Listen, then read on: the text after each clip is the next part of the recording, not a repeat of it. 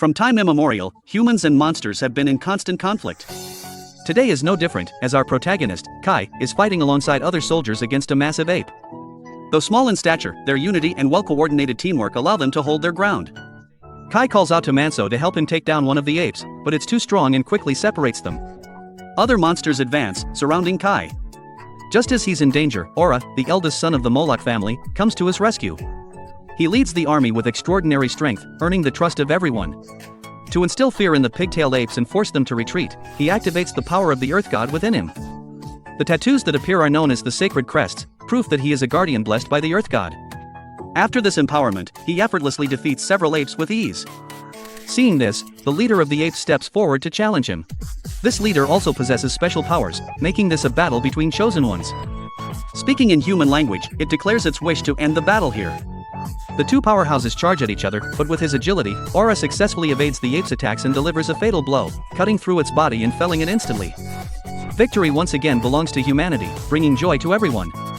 They have successfully protected their village, while the apes are forced to flee back into the forest. After the battle, Kai and Manso reflect on what has happened. Luckily, we managed to live through another day. The collection team then presents the spirit stone, found within the apes, to Aura. He drinks it down completely to increase his fighting strength, while the others each receive only a drop as a reward.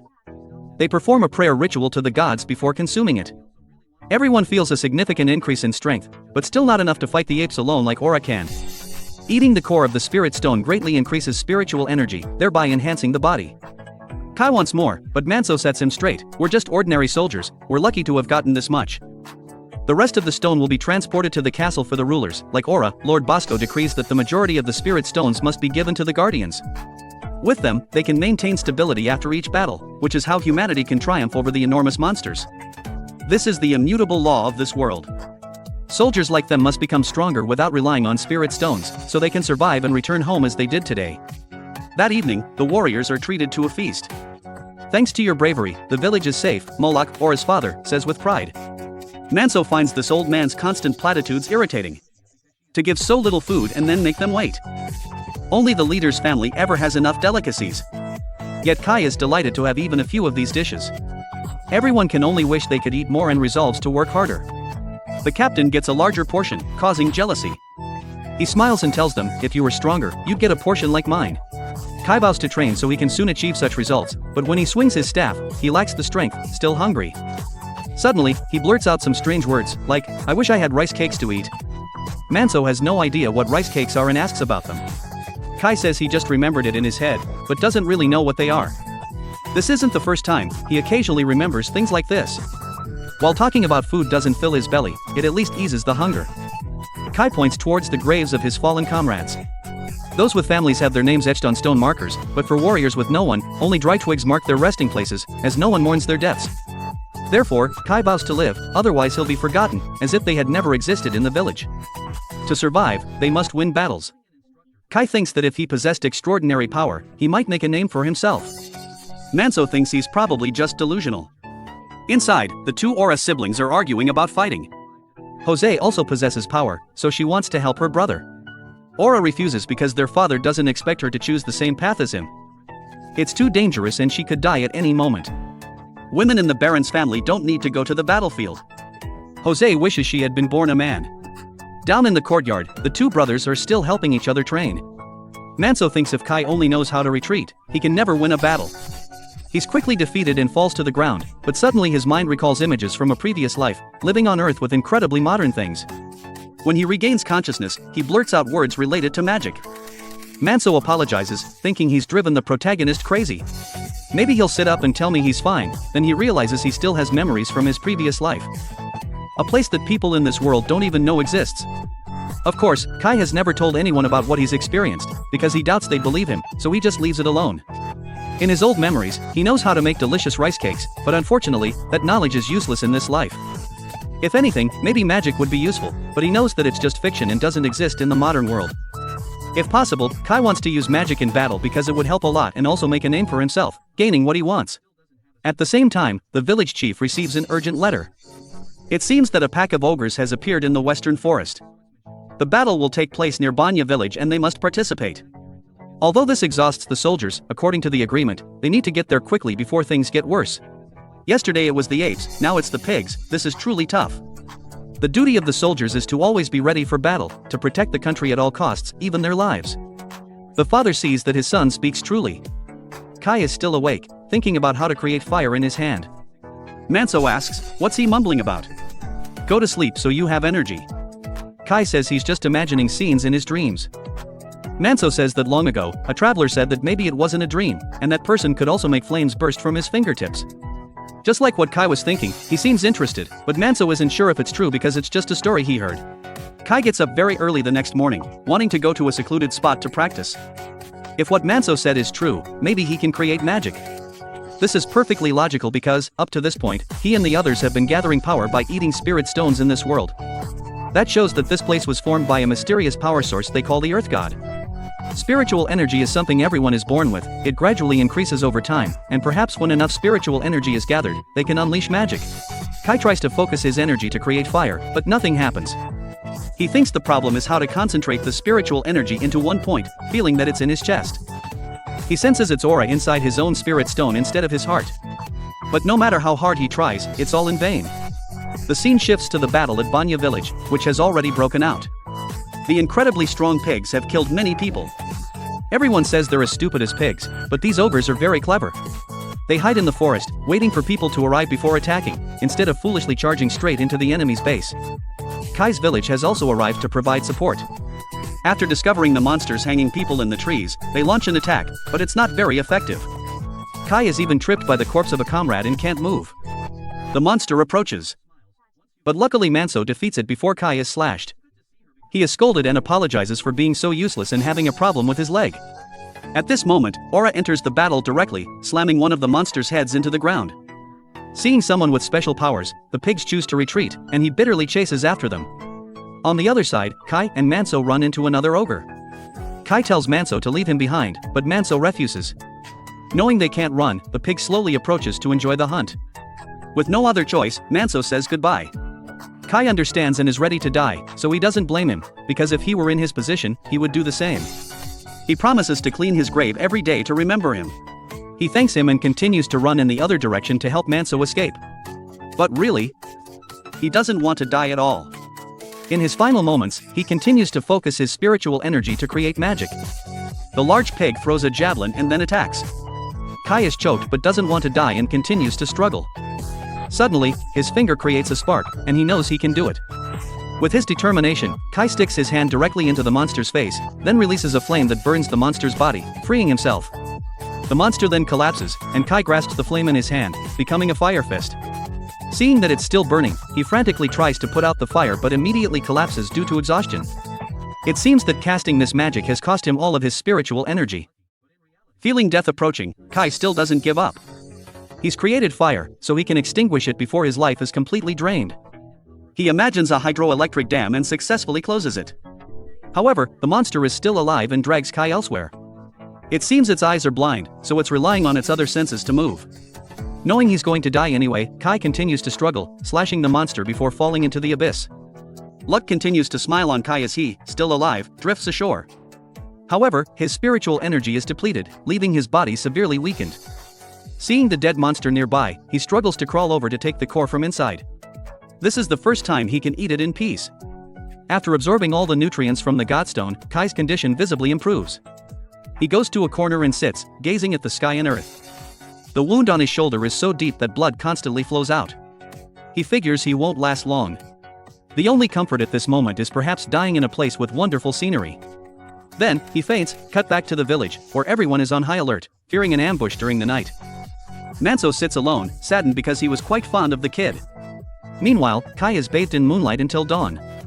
He suddenly wakes up as if nothing had happened, even though yesterday he thought he was on the verge of death. Checking his wound, he sees that it is gradually recovering miraculously and is no longer painful. He thinks it's absurd to eat a godstone and recover overnight. Additionally, he finds the Polnut stone slab, but doesn't know what it is. The only feeling it brings is that this thing is extremely familiar, as if he's seen it somewhere before. Curious, he intends to use fire magic to burn away the vines, but it explodes with a bang, sending Kai flying. After looking at himself in the water, he sees that he has received the blessing of the god. The divine crest on his face is denser than anyone else's. But the important thing is, he didn't expect himself to be a guardian marked. After examining the stone slab, Kai understands nothing and quickly looks for a way back, not even thinking about whether he is the chosen one or not. Just as he is about to climb up, the mark suddenly activates, causing him to lose control.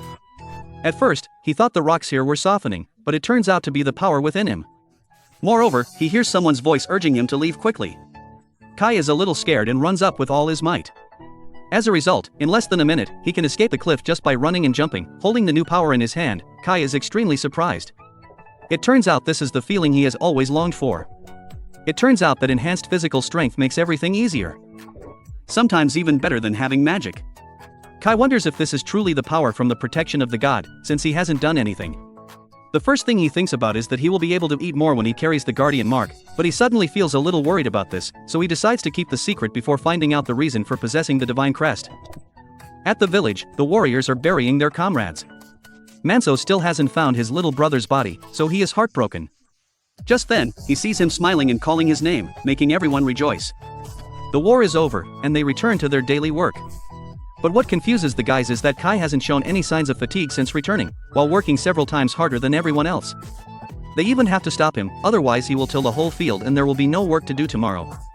He also looks at himself in the water and is glad that the mark hasn't appeared, otherwise everyone will ask a lot of questions. The guys then talk about the abnormality of their younger brother, asking why he is so strong now. He has no choice but to lie, saying, "I ate my fill of godstone during the battle at Bania village. A bunch of orcs were killed in the forest, and my body was badly injured, so I ate more than a dozen at once, and that's how I gained this power." Hearing this, the team leader doesn't suspect anything, saying that's why he's so strong now. He once heard that some people have become incredibly strong after eating a lot of godstone. No one should have the right to possess so many, but this is a life or death battle, so he lets it go, and even praises his younger brother for seemingly finding the truth of his life. While they are talking, Kai is noticed by a beautiful girl. Elsa is also asked by the girls if she likes anyone, making her shy and go somewhere else. Cut to Lady Jose, who is inspecting the gifts prepared for the upcoming event. Although their land is poor, they can still grow crops like this thanks to the efforts of the Baron and the Earth God within him. Her father is also a guardian marked who protects his territory. Their strength makes the land fertile. At the same time, Kai is going to a place to practice using fire, and his spiritual energy is not affected like the first time. There is no doubt, he has actually possessed fire magic in his hands. However, he is quite curious whether this is from the protection of the gods. Just then, Jose passes by, causing him to startle and quickly hide the fire in his hand. Kai intends to leave, but is stopped because she is not stupid. She asks what he is doing here. If he doesn't tell the truth, she will arrest him and investigate. He has no choice but to reveal that he can create fire, but everything is still very vague because he doesn't actually know how to activate it. It's just that he accidentally awakened this ability while on the verge of death. Jose knows a lot of information and says that Kai may be a person with superpowers. There are people who use mysterious abilities that seem impossible. That is the name of the special family members from the Central Lands and a few monks. Hearing this, Kai is quite surprised that there are others who can do it besides him. And they even call it a superpower instead of magic. What is difficult to understand is that the young man is not tired at all. In addition, she also heard about the rumor that he ate a lot of godstone to become stronger from Kai. The reason he's not tired is probably because he possesses a lot of spiritual energy through absorbing the stones, which means there are many ways to become stronger and she always wants to be like that. So she forces Kai to practice with her. Since returning, Kai hasn't fought anyone, so he is also surprised by his abilities. After fighting evenly with the young man, Jose activates the guardian mark to make the battle more exciting, and also because he doesn't know how strong he is now, Kai doesn't dare to use his full strength, because if he does, the divine crest will be activated and all the secrets will be revealed. Later, he looks at himself in the water again, thinking to himself that he can fight evenly with someone who has the mark without using his full strength. The young man also has to bring water for the girl to wipe herself. Looking at the beautiful girl in front of him, he also looks shy. He talks about how he thought people with guardian marks were equally strong, but the strength of her and her brother is indeed far apart. Jose admits that she is still too weak, unable to compare to her father and brother. This power will change based on the strength of the god in the person and of course also needs to be practiced regularly so as not to rely too much on the divine crest. Then Kai says she doesn't need to practice so hard, implying that women shouldn't fight battles, making her angry.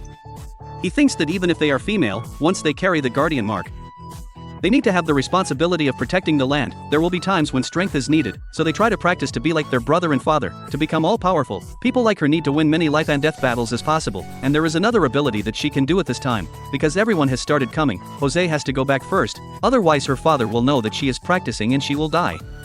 Kai is very curious about the last sentence, wanting to learn more. She says she really wants to tell him, but there's no time. However, she will be doing the monthly tomb cleaning soon, wanting to invite him to go together so he can answer questions.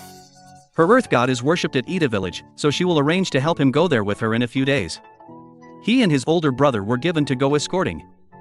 Ida village is the territory of the monkeys, so they must be vigilant. Luckily they haven't heard of any attacks recently. Some people ask Kai if the rumor that their teen was specifically named by the lady to go escorting is true, because it seems that she has noticed him. He is too shy. Fortunately, his senior helps him by saying that she doesn't know who Kai is. However, there are still many people who believe in the rumor, but the whole group turns to glare at Kai because he is being cared for by a beautiful girl arriving. They tell that this place used to belong to the Baron's family, but was forced to be abandoned after many monster attacks. Luckily there is still a tombstone that has not been destroyed. So every month people will come to clean and worship at the same time. Before that, this place was a field, but because it has been abandoned for many years, it is quite barren now. The grace of the earth god has also decreased and no longer reaches this land. That is the magic that the guardian marked help the crops grow. Then Jose specifically names Kai to follow and protect her, taking him to the flowers, and then activating spiritual energy to transmit it into the soil. Only those with guardian marks connected to the earth god can do this. This is her second ability. However, this place has been abandoned and the earth god has weakened, so it doesn't have much effect, just enough to keep this flower garden growing. The power of the person with the divine crest directly affects the land they live in, just like in the village, because her father is very strong. The harvest is always good. A lord is required to possess this ability to help people develop. After inspecting the tomb below, they both go inside to clean. There is also a pole-lipped stone slab here. The writing is exactly the same as what Kai found in the valley, which means that place used to be the tomb of a god. Suddenly he understands the ancient language and translates it by touching it. Kai also reads a few paragraphs, but there are also some incomprehensible parts that don't form a complete sentence, so he doesn't know what the real meaning is. Jose asks what he is mumbling, but he doesn't dare to say. Outside, the monkeys have discovered everyone's suspicious behavior and are watching. Meanwhile, the girl has just started offering gifts to her god. She wants this place to develop again and attract people to live in the future when she is stronger. The person with the guardian mark must have the responsibility to go with it. Kai also expresses admiration when he hears these things. After going up, they received the news that monsters were coming, and immediately hid the tomb. Jose is forced by her subordinates to leave, but in the end she is surrounded. Seeing her flowers being trampled, she comes forward to threaten, but looks scared. Seeing this, Kai rushes in to help, single-handedly defeating two monsters. In that moment, Jose accidentally saw the dense divine crest on Kai's body, but the next moment it disappeared, making her think she was hallucinating. Need to learn how to fight. Hearing that, she couldn't argue. Her father was just glad she returned safely. He assigned her brother to patrol because an inspector from the central region was coming. He also ordered the soldiers to be aware of this. Jose apologized to her father for being useless, but regarding Kai's story, he was looking forward to meeting the strong young man. For a rookie to defeat those monkeys, that's impressive. On the other side, Kai was being teased by everyone, who asked if he was now a hero in the abandoned Ida village. He pretended that he was just desperate at the time, but the others had heard everything. It seemed he was very close to Lady Jose. Seeing them acting like a couple of lovebirds, the women in the village also noticed the squad leader and went to help their younger brother. And according to the women, only Kai had the potential to become a decent person. Hearing this, the girl next to them, Elsa, brightened up because she was interested in him. They reminded Elsa that if she liked him, she should take him, otherwise another girl would snatch him away. Just then, Lady Jose appeared and called Kai away to talk. He thought she'd discovered that he possessed the guardian mark, but actually, she wanted to thank him for saving her life in Ida village. She even carefully bowed her head to express her gratitude from the bottom of her heart. She was about to mention the divine mark on Kai's face but stopped herself, thinking, surely not, and repeated that she couldn't do anything when facing the enemy. Jose realized that being strong wasn't enough, she also needed a strong will. Therefore, starting tomorrow, she would come to train with him every day. She would be more diligent than before, and she hoped Kai would agree. Hearing this, he was surprised but couldn't refuse since she pressured him, so he had to agree. The guys outside, watching Kai being scolded, imagined all sorts of things. Later, while working, Elsa brought water to get to know him. Feeling shy, she pretended that everyone told her to bring it to them. Since he was thirsty, he drank it all and even praised it as tastier than usual. This made her very happy. She was about to talk to him some more, but someone called her, so the two promised to meet again later. Watching her leave, Kai still didn't understand what was going on, but his brother Manso did, guessing that youth has begun to blossom for you. He denied it and suddenly heard the sound of the bird from the valley. It was like a call to him. At night, unable to resist, the young man decided to go out. With his divine power, he leaped over the city wall from the inside in one go. And his speed had increased significantly. He also felt happy about returning to the valley. After arriving, without hesitation, the young man jumped into the water. The feeling of dying and coming back to life in this place is truly fun. Kai said aloud that he really liked the valley and also saw the bird that had called him there. It led Kai toward the stone tablet. He tried to touch it, but he still couldn't decipher the ancient language like the gravestone in Ida village. Knowing that he had survived until now thanks to the blessings of the god, Kai thought he had to express his sincerity and offer his heartfelt thanks. He diligently cleaned the stone tablet bit by bit, making it spotless.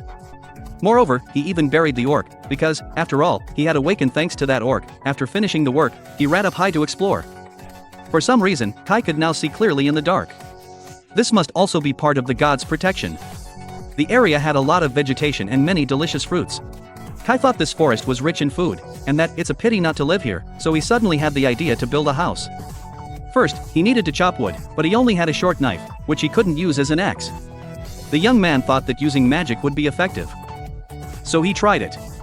He turned the fire on his hand into a blade, but when it touched the tree, the whole tree burst into flames.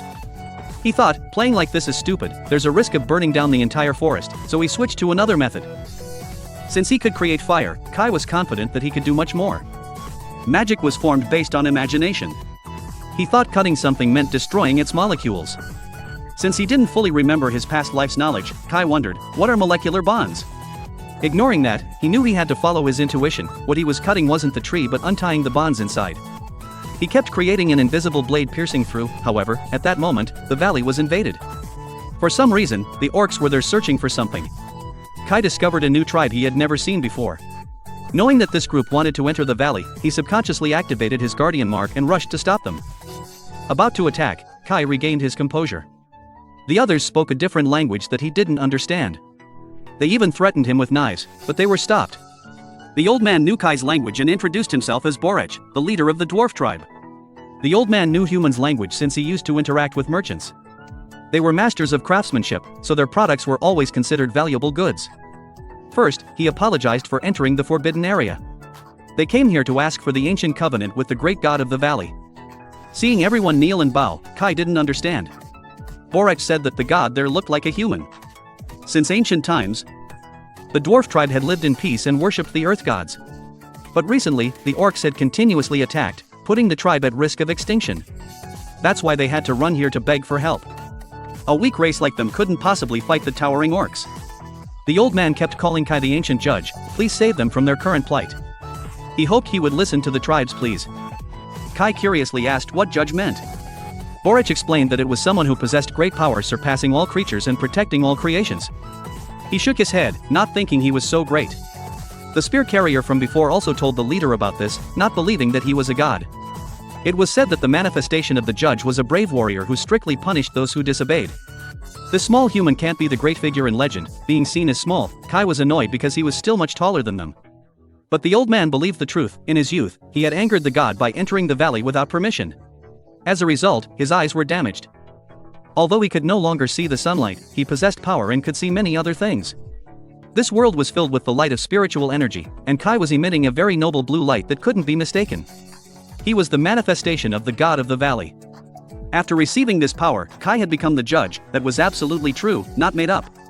In addition, they said that they had offered a sacrifice to the valley to ask permission to enter. That was his granddaughter Arugi, who vowed to dedicate her life to the valley. Hearing this, Kai disagreed with this approach and immediately went to see. Just then, the rope broke, so he jumped down to check. He didn't want anyone to die in this place and tried to do something. Seeing that the girl was seriously injured, he thought about a type of magic that could heal. Since he had healed himself, it meant he could heal someone. The young man concentrated on restoring all the damaged parts and cells in her body. Although he didn't know what this was, he finally succeeded. Kai was surprised that magic could also heal. Up above, things were starting to happen as the orcs had arrived. Many people had been killed. Kai was furious with this group for daring to set foot in his land. He went to the leader, but he threatened him back by activating his guardian mark. In Kai's head, a voice appeared, kill them all, engrave the pain into their bodies, and sow fear so that no one dares to come here again. It seemed the god of the valley was very angry, and so was Kai. The old man vowed to contribute his meager strength, as he was also marked. The dwarves were loyal to the god of the valley and would try their best. Kai activated his guardian mark, making the hogs realize he was the master of this place. The leader still ordered his subordinates to attack. But Kai immediately defeated him. The old man also rushed in and killed one, being praised for his agile moves. The dwarf tribe inherited good fighting techniques. The rest depended on the judge, Kai. He stood up and sentenced them to death for daring to invade and defile this valley. The leader was scared and spoke in human language, begging for forgiveness, saying this was not a matter for the judge but an issue between the orc and dwarf tribes. He didn't care and said this was his business because they had entered the valley without permission. That was enough to warrant a death sentence. At this moment, power radiated from him, creating a blue light. Kai had merged with the god of the valley, saying, "For the peace of the valley, I will kill him now." The image of the god also appeared behind him, staring the enemy, who bowed and begged but only received a shake of his head. Pushed to the brink, he tried to do something, but with a wind blade, Kai cut off his arm, leaving everyone not understanding what had just happened. Immediately after, the final verdict stabbed straight into his chest to extract the divine stone, proving the victory. He had sown terror in everyone and also understood many things. He was no longer confused, for this was the god of the valley who used the blue flame to burn his eyes. This god had no mercy for invaders but also bestowed mercy on those who deserved it. Kai was the great manifestation wielding the balance of life. The god of justice had watched over the world since the age of the gods, and above all, was the judge. After obtaining the god's vein from the monster, Kai was reminded that absorbing it would grant immense power. This was the first time he had defeated someone bearing a god's crest, so the godstone was clearly larger than those from other individuals. The dwarves were thrilled that Kai was about to take the protection away from that pig. It seemed that whoever consumed the god's vein of a crest bearer would absorb the earth god's power and inherit the protection. However, if one didn't want to, they could consume it like any other godstone. Old man Polek advised Kai to take advantage of this to increase his own strength, so he would be powerful enough to protect the valley. Hearing this, Kai cut off some of the godstone and shared it with the old man as a reward for his contribution. Polek was grateful and consumed that energy to strengthen himself, but it seemed a bit too potent for him. Nevertheless, Kai took a gulp and drained it all at once. Immediately after, his body reacted. The soul of the earth god blessing the pig also escaped, as it was not of the same caliber as the god in the valley. When a crest bearer died, the soul of the god would return to a sacred site. More importantly, Kai started feeling discomfort in his chest. It seemed this was the effect of eating the god's vein of a crest bearer. Kai said he was fine and just needed to return to the valley to rest, also asking them to stay away from there. While unconscious, Kai recalled a childhood memory of losing his family and loved ones to monsters. When he woke up, he was surprised to find old man Polek's granddaughter, Arugi, lying beside him. He asked her what she was doing there and why she didn't go home. Arugi was worried about him, the god's protector, so she had covered him with a blanket. She had already vowed to dedicate herself to the god in the valley, so she only asked that Kai heed the plea of her clansmen. From now on, she would always be there to serve, that was her role. However, Kai didn't want that and advised her to return to her people. Arugi refused, as her grandfather had said that doing so would bring disaster upon everyone. Kai found it annoying and tried to send her back, but she wouldn't listen. He had saved her life, so she would serve the god's protector forever. After arguing for a while, they heard a bird chirping, making Kai realize it was morning. He needed to return to the village, so he advised Arugi to go home. The dwarves were still waiting for him to allow them to live there, as they would surely die if they left. They were willing to dedicate themselves to the god in the valley. Their homeland was being attacked by orcs, so even temporarily, they hoped for a place of refuge in the valley to live. Seeing them all bowing like that, the god judge reluctantly agreed but forbade them from setting foot in the valley. Just as he was about to leave, the old man reminded Kai of a few things to avoid danger after returning to the village. Kai hurried to the meeting spot to spar with Lady Jose. She asked him what he had been doing that made him late. He pretended to say, "I overslept," and then started training. In another development, Baron Vegin went to Manso to ask where Kai was. Somehow, they ended up in a sparring match, and everyone was surprised that the Baron had chosen Kai as his training partner today. The reason was that Kai had bravely protected the lady earlier, so the father wanted to test his strength. The two brothers also watched intently. Kai didn't want this to happen and was advised not to use any dirty tricks, even when desperate, or the Baron would get angry. The youth was also praised for being able to repel a group of long-tailed monkeys. Of course, this was just a practice match, so he wouldn't really be killed. Luckily, he had been reminded by Mr. Polek that he had to hide his identity as a god's crest bearer for a while, as he had only recently inherited this power, which made him vulnerable to other crest bearers. Before mastering his power, he shouldn't let others know. Kai knew he had to try hard to restrain himself so that the divine symbol wouldn't appear. The fight immediately began. Indeed, the Baron possessed immense power, and the weapon he used was very heavy, but his skillful technique caused Kai's divine symbol to appear. Luckily, no one had noticed, as they were all focused on Mr. Vegin. The next second, it disappeared, so he could continue fighting. Seeing that look, the Baron was very pleased and wanted to have a bit more fun. Being inferior in size and strength, he was quickly disarmed. However, he didn't give up but rushed straight in to grab the opponent's legs with the intention of knocking him down. The two brothers were shocked to see that this guy had the strength to lift one of their father's legs. The Baron then kneed Kai away. Jose was pleased to see that that was all he could do and that he wasn't stronger than her. While Kai was panting, Mr. Vegan smiled contentedly, saying he liked Kai very much. That's why, from tomorrow, he would personally train the youth to become even stronger. He didn't like it, but it was an order, so he reluctantly accepted, thinking to himself that this father and daughter were crazy, always making him fight. Jose was also happy because there was no one here who could fight with her father like her, thinking that she would have to be even stricter tomorrow. The brothers then came to help him up, but still smiled because they saw the youth being beaten. Manso teased him, saying, "Don't worry, if you die, we'll bury you properly." Elsa, who witnessed the whole incident, was very worried about Kai. It turned out that she had known him since she was a child, which was why she was always paying attention to him. A few days later, when night fell, the youth woke up to go to the valley, so he ran straight to his favorite valley. He hadn't had any time to go to the stone tablet because he had been harshly trained by that father and daughter. He also greeted his god with a word. Somehow, he also discovered that a small house had been built next door. When he went inside to take a look, he saw Arugi happily welcoming him. She had built this house herself these days and was waiting for him. When he asked if the dwarves had entered here without permission, he learned that they hadn't. Seeing the many wounds on her hands, he believed her but still had to send her away, but she wouldn't listen. She immediately took out food to tempt him. For some reason, she had been able to harvest a lot of things here. Her cooking skills were flawless, it looked delicious just by looking at it.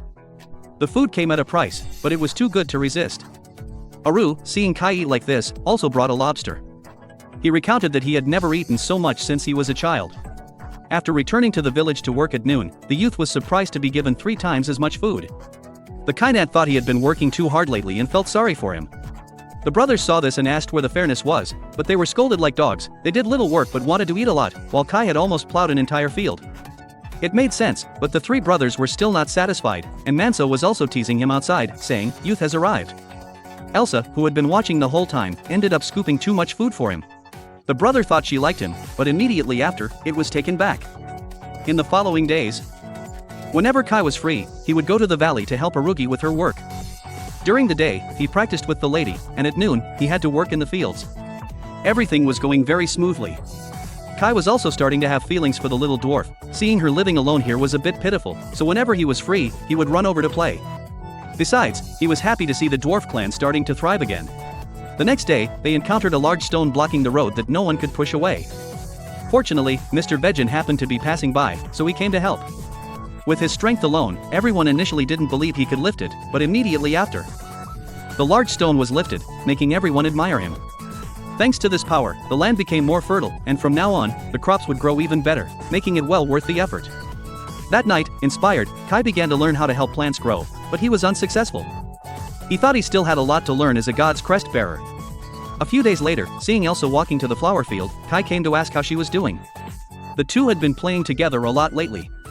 The friend said that the flower garden was blooming more beautifully than in other years. Initially, these were all seeds that they had brought from their old village. When their village was burned down, the people at least wanted to save the flowers, so they brought the seeds. Although the village was gone, there were more flowers than before, which was comforting. Speaking of this, Kai remembered that this friend was also born in his village a long time ago. Hearing this, Elsa glared at him because he dared to forget his fellow countrymen. He apologized, saying, "I was too young when the village was burned down, how could I remember your face?" Unlike the youth, Elsa was always watching his actions and praised him for being so great as to attract the attention of the Baron and the lady. Kai humbly said, "Compared to them, I still have a lot to learn, I have to be stronger. For those who no longer have family or relatives, they have to be stronger." Kai had said this when he was a child, so Elsa also recounted that when their village was destroyed and Kai was crying alone, but after seeing a monkey attack, he was not afraid and rushed to stall, which allowed her to survive to this day. She thought everyone would be killed back then. But fortunately, Mr. Vegan came to save them. Recalling this, Kai remembered that he had indeed met him before and had boldly declared that he would definitely become stronger. He recounted that he had been desperate back then, while everyone was waiting for death to come, he couldn't do anything. After saying this, he laughed because he didn't know why he had forgotten that memory. Elsa still clearly remembered how Kai had protected everyone, saying, "You haven't changed at all." Cut to the forest. At this time, a stronger group of orcs came to eliminate the group of long-tailed monkeys. The leader didn't bother to activate his god's crest but was still strong enough to defeat the leader on the other side in one hit. The monkey possessing the crest was slashed down, and the next target of this group was the valley where the dwarves are currently living. Kai still comes here often. Today, Aru has created a new item and is showing it off. A few days later, Kai was assigned to clean the food storage. He wondered if he could make rice cakes with these ingredients. Just then, Elsa walked by and, hearing him, curiously asked what rice cakes were, as they sounded strange. Kai didn't know how to explain, though he'd never tried them in this life. He was willing to bet they were delicious. His older brother then came in, urging him to move the food onto the cart. The others looked jealous that Kai was being chatted up by a girl while working. It turned out that the inspector was on his way, so they had to hide some of the food to avoid being taxed. Aura wondered if this was really necessary. Grain was certainly precious, but it wouldn't hurt to give the people a little more. Sir Vegin explained that the village's reserves were low this year, which was why they needed to hide some to ensure the livelihood of the people. The son thought it wouldn't kill them to eat a little less, and he wanted to give gifts to neighboring areas to gain influence with them. The father didn't think currying favor more than necessary would benefit their own people. Some villagers could starve because of it, and he didn't want that. Kai's group then hid the food in the underground storage. Manso told him that the incoming inspector was also a blessed, and that their divine emblem was said to be even more advanced than Sir Baron's. After everything was arranged, the whole village stood to welcome the inspector. He was Gondal, a fat, lecherous, and unpleasant man. On the way here, the group had been attacked by demi-humans, but they had been driven back by his men. Seeing Jose's beauty, the inspector approached her, and she acted tough to match her blessed status. He also suggested that women like her should just stay home and bear children, not fight. Aura was also reminded to drive back the demi-humans. Kai noticed the man walking last in the group. He had nothing to do with the inspector's group, but seemed to have fought monsters. This person introduced himself as Nada, sent from the monastery. Later, the inspector's group entered the storage to check the goods. Seeing that there wasn't much this year, he scoffed that the Lord's training must be affecting productivity, implying that he wasn't working hard. He also threatened that a remote village was plotting to hide their harvest, implying that the Baron wouldn't do such a thing, right? Sir Vegin bowed and explained that the weather had been bad recently, which had affected the harvest. Hearing this, the sly fox used this as an excuse to stay. Though the three father and son disliked it. They had to agree. Jose looked displeased that the family would have to coddle that old man. The father was gentler, explaining that Inspector Gondal was the king's representative, and they had to welcome him wherever he went. Their village belonged to the unified kingdom, so they couldn't be rude in front of him. Outside, Kai went to see the monk to ask him questions. He was grateful that he was praying for the fallen. Surprisingly, he had heard about Kai, the one who ate many godstones to become stronger, and said they were alike. It turned out that at the monastery, this man also ate a lot of godstones, considering it part of his training and a shortcut to gaining power. Hearing this, Kai was very interested, and asked how strong he was compared to other blessed. Nada activated his divine emblem and stated that he wasn't actually protected by any god, he just tried to train and gain this power through consuming many godstones. Inside, the inspector was being served with a mountain of delicious food. However, he wasn't satisfied, complaining that this place only had rustic fare, while the villagers couldn't even dream of touching it. Even so, Gondal continued to ask for more. The village warriors, who had their food portions cut, resented the inspector, because now that he was staying, they had to put on a show to avoid revealing the hidden food. In another development, the monk was discussing with the Baron the huge orge lurking deep in the remote area. What was worrisome was that their numbers were more than ordinary groups. Aura wondered if there would be a full-scale invasion of human lands. Nada wasn't sure, but with that many it was very dangerous. Monastery M believed that they had some purpose, so they gathered in such large numbers, and that this direction was their route of movement in the coming days. He needed to pursue them to find out the monster's purpose, but he wasn't familiar with the terrain here, so he begged for help from the Baron. Hearing this, Sir Vegin supported the monk, saying he didn't need to bow. Of course, they would agree to help and send experts to escort him. That night, Kai visited Arugi again, and told her that he was busy and wouldn't be able to come for a while. She was a little sad because she liked Kai, and feared he would abandon her here without returning to the valley. He reassured her not to worry, because the blessed had a responsibility to their land, so he would definitely protect this valley forever. Afterwards, Kai met with Old Man Polek to ask for advice since he was going to follow them. According to him, the target could be the pigs that were defeated here before. This was serious, but Kai confidently said he was prepared for it. The next morning, the young lady was sent to follow the monk to learn. Normally, this would be the job of the eldest son, Aura, but he had to pursue the monkeys that attacked the inspector. Besides, since Kai was going, the Baron was quite reassured. At this time, the young man was given food by his girlfriend. Though she didn't know how to make rice cakes, Elsa still spent time researching how to make them. Accepting the gift, Kai grew pensive, and suddenly remembered his mother, saying that over the years, the memories of her had always been vague. Before he could finish speaking, Manso called him away, so he thanked the kind girl. Thus, the group followed the monk's trail. The young lady Jose was going to ask Kai what he thought about girls standing up to fight, but was a little shy, so she stopped. Later, they discovered that there had recently been a conflict between the monkeys and the pigs, with corpses littering the area, which puzzled Jose. Nada thought the orgy he was pursuing had caused this. The fact that there were more monkey corpses than pig corpses meant that there was a huge difference in strength. The leader of the orgy was an extremely powerful individual. More importantly, they still didn't know their true goal. The monk then told the other two about the prophecy that an unavoidable, powerful god would appear in this remote land. He was pursuing the orgy to find the location of the tomb, because it was said that any species that possessed that god would gain great power. The monastery had to ensure that this power didn't fall into the hands of the monsters. The information about the god dwelling in this land was unknown. The prophecy only said that an untamed spirit who refused to yield had awakened its power and reached the heavens, but in essence it was both light and darkness. This power should be feared and respected.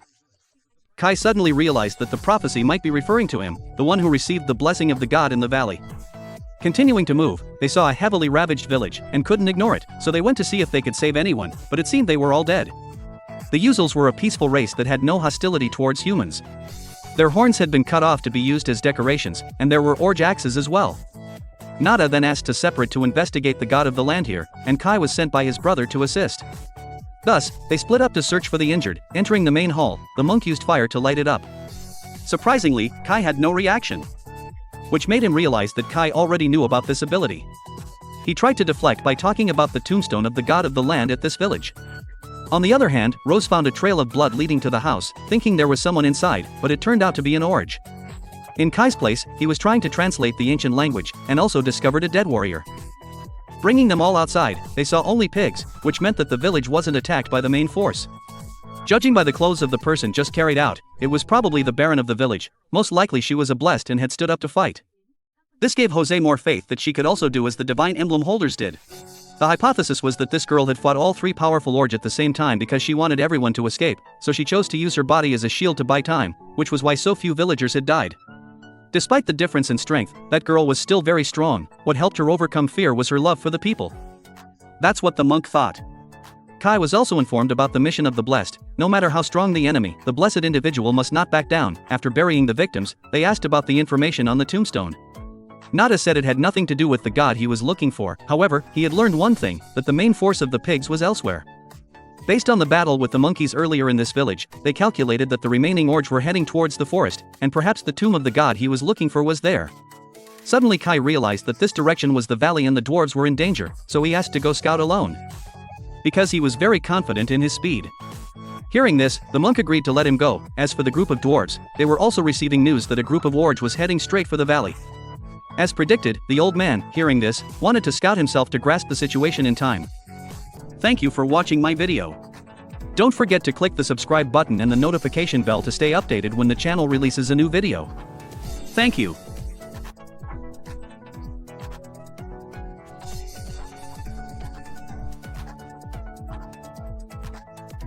Thank you for watching my video.